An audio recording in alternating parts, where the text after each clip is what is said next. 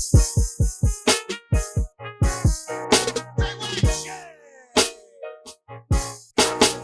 what's up, man? What's up? Good seeing you. Good. There are going to be times when I say, stop talking, I'm going to run over here, get another shot, come back, just so you guys are aware. Cool. We are all actors here. All right, perfect. He's a professional. Yeah. Matisse, if you just want to sit like a few. Yeah, that's perfect. Okay. Hello, everyone. My name is Noah. This is Native Creations by V.O.Y. I'm here in my hometown, New Rochelle, New York. I'm at the beloved and renowned restaurant, Alvin and Friends. I'm here with the owner, Alvin, and his daughter, Matisse. How are you guys? We're good, man. We're doing good. I kind of want to ask you, Alvin, about how this restaurant came to be, because I'm highlighting owners. I think owners are some of the most interesting people in the world. I think that you guys take risks, and it's not necessarily talked about as much as, or highlighted as much as maybe celebrities or stuff, but I think owners of different businesses are artists in their own ways, and they're creating experiences, so I would love to hear about it. Well, absolutely. Well, first of all, thank you for the interview. And you're correct. I mean, entrepreneurs, we do have to take risks, right? And it's not always easy. And there's this saying that if it was easy, everyone would be doing it, right? So, but I've been blessed to have this restaurant now going on, I believe it's our 14th year. And, in an industry that has a huge failure rate, there's like an 80% rate of restaurants failing in their first year. But I think, like anything, you've got to look at the pros and the cons. So you have to ask yourself, okay, why am I doing this? Does it make sense? You got to ask the hard questions, and you've got to, be ready to hear the naysayers and everything else. And then after you put everything into the basket and you weigh the pluses and minuses out, and then you got to make a decision and run with it. So, that's what I did with this one, and it's been my dream, and I've followed it, and so far it's paid off. That's amazing. So I am really curious, what was it like bringing it from conception to actually having this brick and mortar restaurant and having people come in and having provide an experience? Okay, so first, I remember picking the awning. I mean, what's it called? Fabric. Yeah, the fabric for the banquettes and but before that, you kind of have to figure, of course, in your head, okay, I'm doing a restaurant. When we opened this restaurant, the economy was not in a great place. But I thought that there were a few things that I had going for myself. Number one is I know what my tenacity is. I know who I am, and I know I have confidence in what I can do. Secondly, I chose a product that I knew that people like, that wasn't oversaturated. Caribbean and Southern restaurants, the majority of places you see them, they're mom and pop type places, takeout or whatever. But people love that food. But living in the community that we're living in, I knew there was an audience that actually had an opportunity to come to a fine dining experience. That's what they're accustomed to. So I said, you know what, let me take it out of the mom and pop reign and put it in an environment that they would be comfortable coming to. And that's what I did with this one, and it seemed to have worked. Definitely do see kind of more mom and pop, and kind of holding the wall, not necessarily a full experience. So what led you to kind of incorporate your art, incorporate kind of music and different aspects to the experience, and what kind of made you as an owner want to be the person who is walking around and greeting customers? Because that's one of the main things that you see in the reviews. Right. Well, a couple things in that realm, how the art became to be. When I first started, this wasn't the space that we opened in. We opened in a much smaller space with a 40-seater. I actually saw this space that was empty most of the times, and I was like, it's going to come on the market eventually, but it never did. I found out, however, that the person that was running my old space was really a front for a factory, but because of the zoning rights, they couldn't just be a factory. So they had a restaurant space that if people came to, that they would go, So the be able, products, exactly. So I approached them. I said, listen, your restaurant's not working. You're out of here early in the day. Why don't we share? I will open for dinner because your guys are gone by 1 o'clock in the day. And so I basically turned, lemons into lemonade. And I had a huge break because I was sharing a decent space with somebody else in a bad economy. So I wasn't like under the gun paying a high rent for a product that may not work.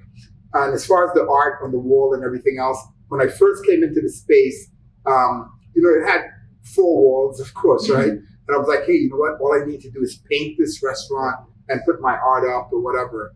And then my wife, who's actually very instrumental in the success of the restaurant, she, takes care of the parties and all that stuff. She's not here, but she was like my partner, ride and die.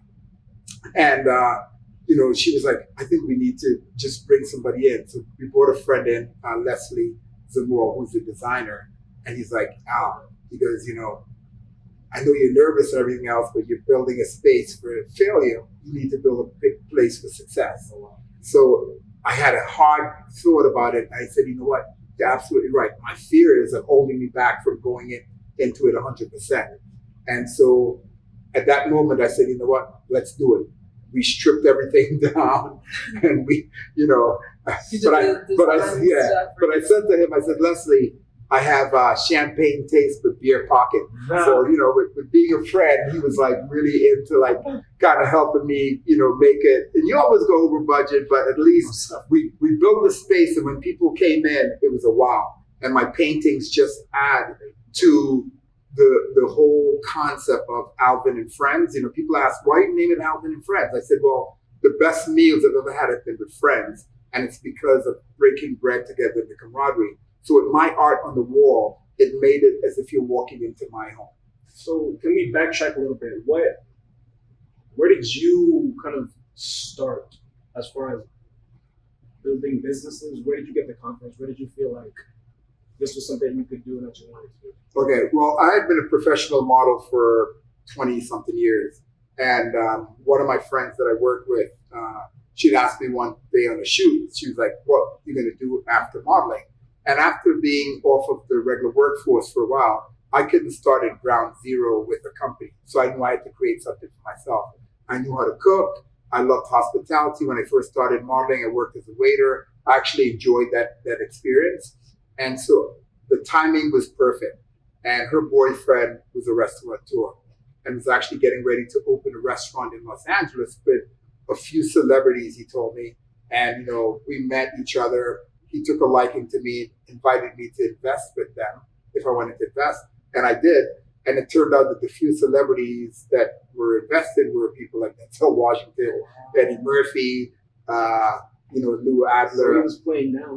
Right, yeah. So anyway, so we had this restaurant in Los Angeles called Georgia that was open for, I think, 6 years. And we catered to all of the Hollywood, Julia Roberts, everybody was in there.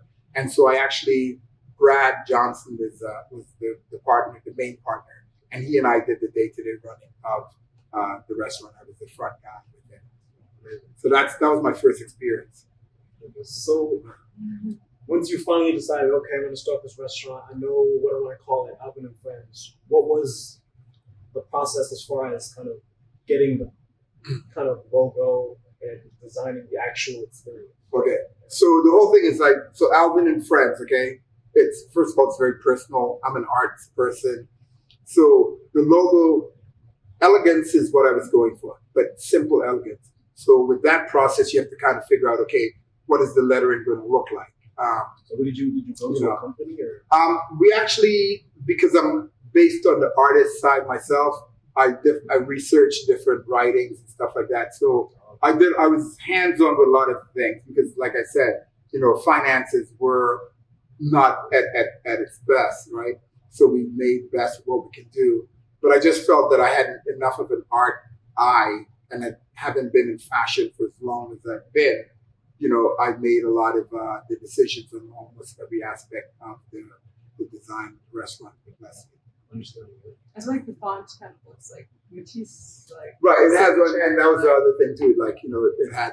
We wanted to, you know, Matisse is my favorite artist, and that's how I actually started painting.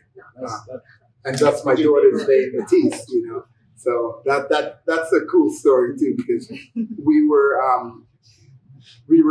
7 months pregnant, and we had like 3 names, and we were like trying to figure out, okay, we liked them, but we weren't in love with them.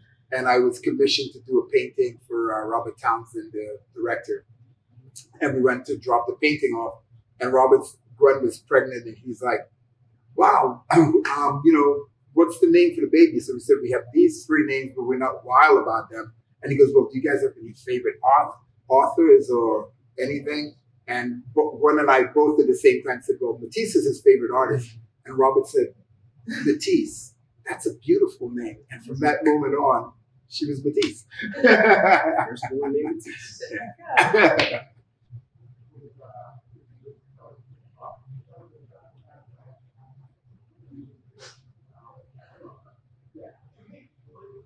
So, as his daughter, kind of having a bird, like a inside view, I should say, into kind of starting it. What was that like? Was there stresses? Were there tribulations? Was it a stressful time?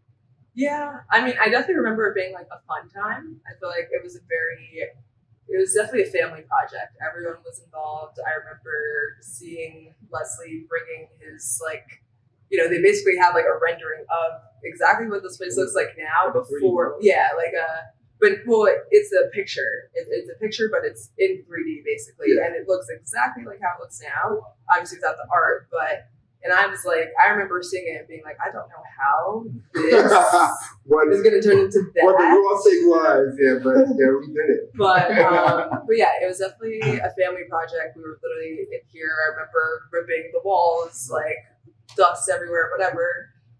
And then I think it was just, I think a big part of it was seeing how happy my dad was to like get his dream kicked off, and seeing how involved the community wanted to be and was.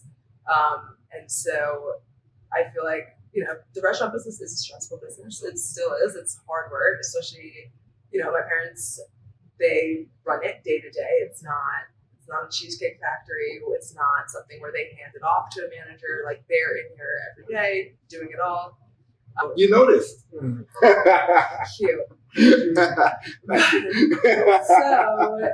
So there can be sometimes, you know, like my dad said, the art in here makes it his home, but in a sense, and so this has been like our second home for them. It's kind of, they're almost here more than they are at home, but yeah, I think it's, you know, there are tough times where the energy from the restaurant is brought into the house, but we always work it out, we talk it out, and it's our livelihood, you know, so it's not really something that can, you know, most people can be like, leave work at the door, like this is the life, like this is what it is, and it's hard to leave work at the door. But, you know, but we tried, I mean, for the most part, because like Gwen and I, so we're here, and we have a rule, supposedly. We'll talk about the restaurant as we leave, but once we drive into our driveway, I'm like, okay, no more restaurant talk. I mean, every once in a while, there's a little carryover, but I would say like 90% of the times we stay with that rule. You know, she might try to break it sometimes. I'm going to bed, and she's like, "Oh," I'm like, "What?" I was like, "What? Not right now. We'll do it tomorrow." I'm like, "I can't change anything tonight. Talk to me tomorrow." Exactly. But yeah, it's a lot of good. I think the stressful thing is like, you know, we try to do events here, like for a party or something like that for the family.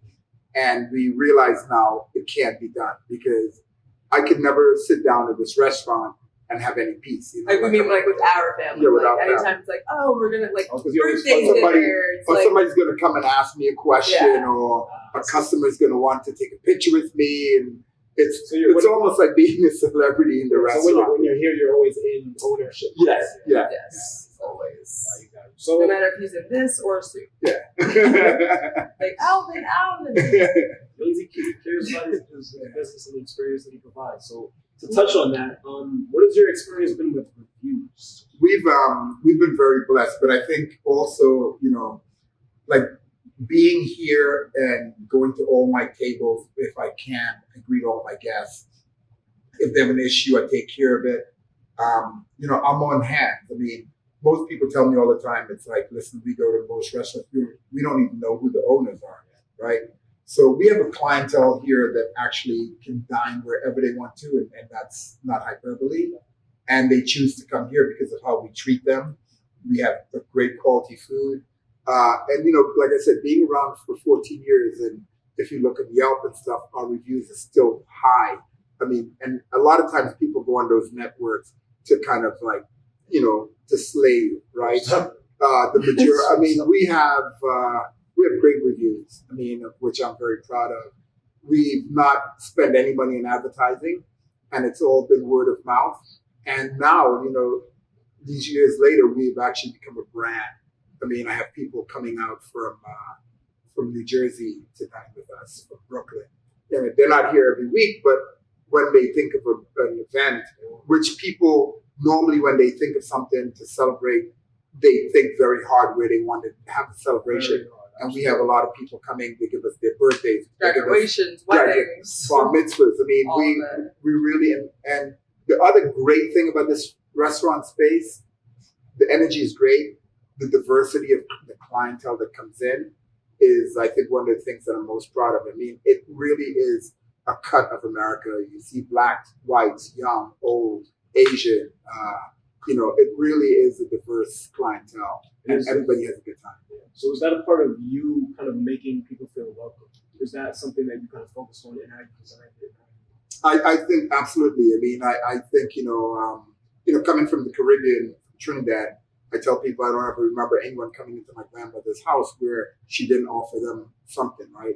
And I read the room really well. First of all, I'm very comfortable in my skin, and so I don't have to be false or fake with anyone. And, when people walk through that door, I really care about the experience that they're having in my restaurant. So some nights, there might be mostly African-American people in here, and there might be one table of Caucasian, but they feel comfortable because I make sure, because I'm this person, this is my home, and I make sure that they feel comfortable being here. And, that formula has seemed to work. That's like the closest color that we can get to this. So Alvin, all of the art in this space is done by you. So I'm just really, really curious what your experience has been as an artist over the years, and what it's been like kind of selling your art traditionally. Well, I always loved art as a kid. I would draw all the time, but I never painted. Coming from Caribbean parents, you couldn't tell them you wanted to be an artist. They were like, you better go get a job. so that was kind of out, but I always still had that passion. And actually, while I was modeling in Paris, I went to Musée d'Orsay. And actually, one of the first paintings that really spoke to me was a Matisse painting. And I just fell in love with Matisse's work. And so for like 6 months, I just copied Matisse's paintings, teaching myself how to paint. So I'm a self-taught artist. And was that in the 80s? Yeah, the late 80s. And so Elsa Clinch, there was a show on CNN called Elsa Clinch House of Style. She basically, she did stories on the famous designers and stuff like that. And back at that time, I was like one of the top models. And so I was one of her features. And during the time that she was doing the story on me, I had my very first art show in Manhattan and Soho at the Lee Arthur Studio. So she actually incorporated my art show as part of the story that she did on me. And people started, since CNN goes all over the world, people started calling me, well, where can we buy your art? And that's how it became a career of its own. So I've been painting ever since then. When I lived in Los Angeles, a lot of celebrities started collecting my work. Denzel, Halle Berry has a piece, so Robert Townsend, different people. And Malcolm Lee, who did The Best Man Holiday, actually used my paintings for The Best Man Holiday, the movie I did about. They rented like 18 paintings from me. I know, Matisse, you have a little bit of experience in the new Web3 space, and you've heard about NFTs, and you kind of are exploring some stuff for yourself. So, Yes. I know that word of mouth and kind of, and you said the CNN thing was a way for you to get your art out. What is your opinion about kind of digital art, where digital art is going? What is your opinion on it, and how do you guys feel about it?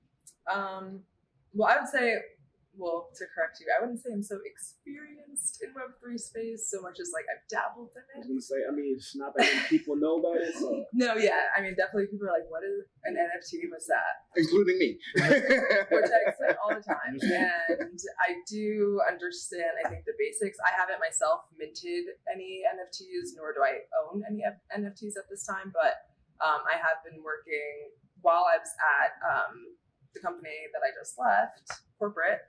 Talent agency, we were talking to a lot of different NFT platforms, so that was really lucky for me to be on these Zoom calls with like the dude who started CryptoKitties and CryptoPunks and all these different things. Are they all like what you would imagine, kind of like? No, they're like, some of them are, they're characters.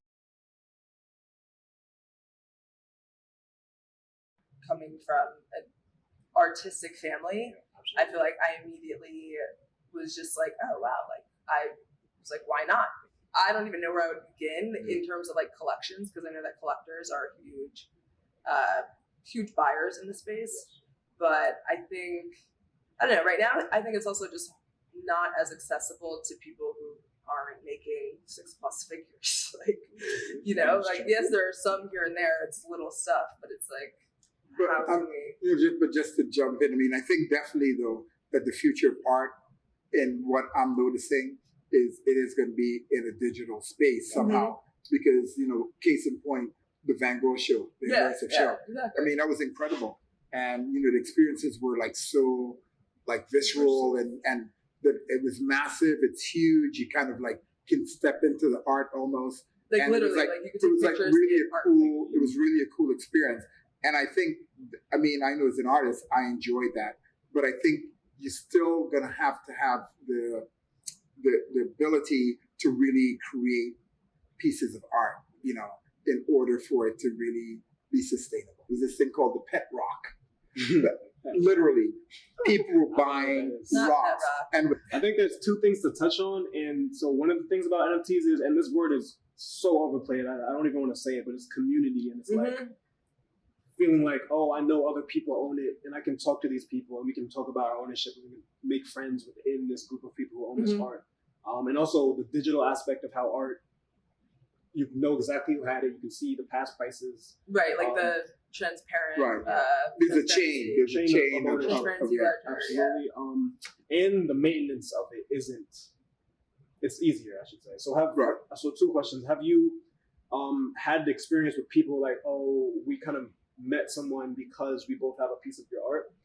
Oh no, absolutely. I mean, like we've had, so talking about community, you know, when people move into a neighborhood, right, they look at different homes. So I have a lot of people actually that have actually come and bought my art because they were like, I went into like 10 houses, and every place I was like, that's the same artist, you know, and they've actually come in and, or they bought the house, they bought a piece of my art. So that is a way that I think people, if you can reach people, and if the same way, if like-minded people hang together, right?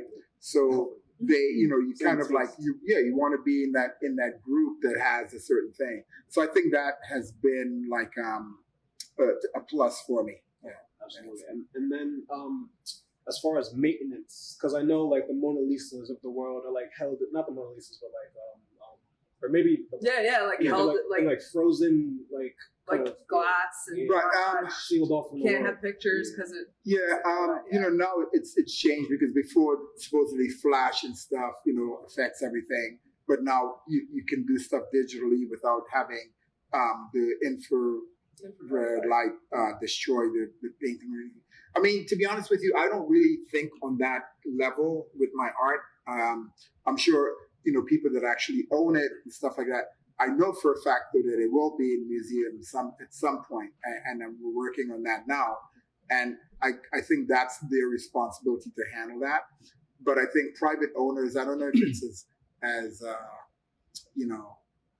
as important to actually keep it that way. I mean, but you update your art though. Yeah. Well, like not necessarily like for maintenance purposes, but kind of looking at something, being like, decide I want to change it. yeah, and I'll be like, oh wow, and like sometimes the changes are subtle, sometimes they're not. But well, I think part of it is like I did a lot of art, and I'm very prolific with it. Yeah, I mean, and so like I see some of my older art, I look at certain things and I'm like, because of where I am today, my understanding of shadows and different things like that, I may add a little something to make something a little more sustenance, Add the new skills you developed to old. Absolutely. Yeah. Okay, so just to touch on that one more time. So you haven't had a situation where somebody's come to you and said, oh, I dropped your art or something happened to your art. Is there any way I can trade it in for a different piece or something like that? No, not like that. But I've had because people actually, it's not cheap, so people have it insured. So I have had like a couple incidences where like people were moving and the movers damaged the work, and so the insurance had reached out to me to find out the value of my work now and to kind of make the comparison so that they can give the people reimbursement. Yeah. I'm a guy with it. As I said, JR came out and so he's like, holy shit. He goes, wow, I can't believe you did it. He goes, so I have a piece of art for you guys. Is to kind of celebrate the internet. It's 4 different characters of how I perceive different people and how they use the internet. So you have, for example, ghosts, people who are sporadically on it, but aren't always using it. You have trolls, of course. Everybody knows what a troll is. Yeah. You have the deads, which that's kind of a New Yorker. Okay. Like, if you're dead, I got it. And then, has your dad ever called you or said you're like, oh, you're thick-skulled or something like that? Like hard-headed. Hard-headed. Yeah. Have I? You have it. Mom. Definitely. For me, that type of internet user is like somebody who uses it as it's intended and isn't influenced by the internet. Oh wow! That was good job, man. Thank you. Bucket hat. Going fishing. How much do you guys think it costs?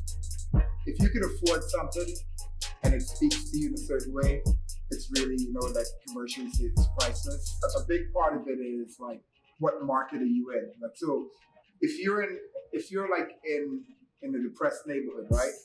People can love your art as much as they want to. If that's the audience that's there and who you're selling to, there's only going to be so much they can afford. So with that said, with the long version, it could be $1, it could be $1 million. So now, did you create this piece online, or did you do physically paint? Well, I used 2 softwares. First, I started with Procreate by Apple, which is like the iPad with the little pen. Oh yeah. Okay. Yeah. But after using that for like maybe 2-3 months, I realized that I can get it to look good, but it doesn't feel like the lines weren't as crisp. Right. Yeah, I got you. So it looks very crisp. Yeah, no, yeah. With even shadow. Yeah, absolutely. Yeah, So I like the color scheme that you use as well. Thank you very much. I switched to Adobe Illustrator, where it's like vector art, so you're like using the lines, and it's a lot more finalized. Yeah, exactly. Make it more defined. And it's easier to expand.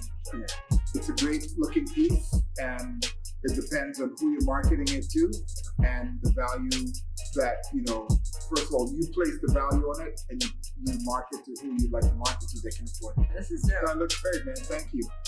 You're honored. Perfect. Native Creations episode 1. Boom, bro. Not when you said pet rock. My face, I know my face was like, I couldn't even talk. I was like, I'll look now. Yeah, I got you in there. Just like